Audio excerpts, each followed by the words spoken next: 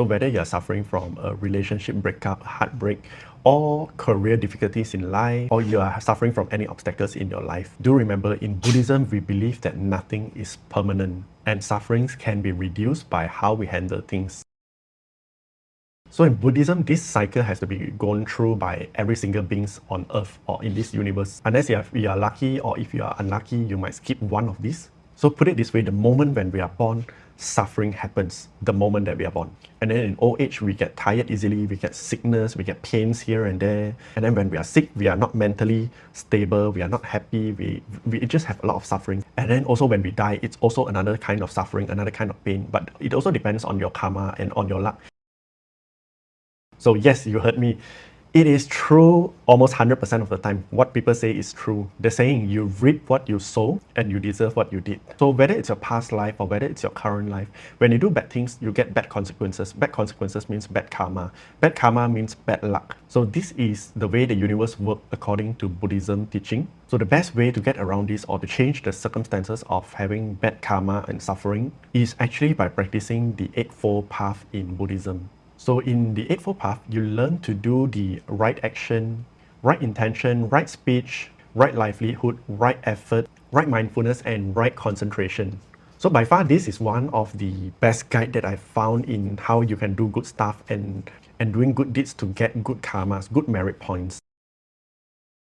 So in the Four Noble Truths, according to the second truth, is that suffering is caused by cravings and attachment. So think back and think, why did you suffer during your breakup? And after your breakup, it's because you crave love from that person, you crave attachment from the person. And in the third truth is that if you can detach yourself from these cravings and detaching yourself from things, the suffering will no longer exist. So I remember this story. So imagine you have just broken up with someone that you love a lot, and that person is not turning back. The person doesn't want you anymore. So metaphorically, imagine there's a chain that is holding on to that person, and the another end of the chain is actually in your heart, tying up your heart. And then this chain, right, also have a lot of thorns and spikes on it. So imagine, right, when you're holding on to that chain, right, you actually hurt your hands. You actually hurt your hands, and then you're bleeding, and then you're suffering and all these things, right?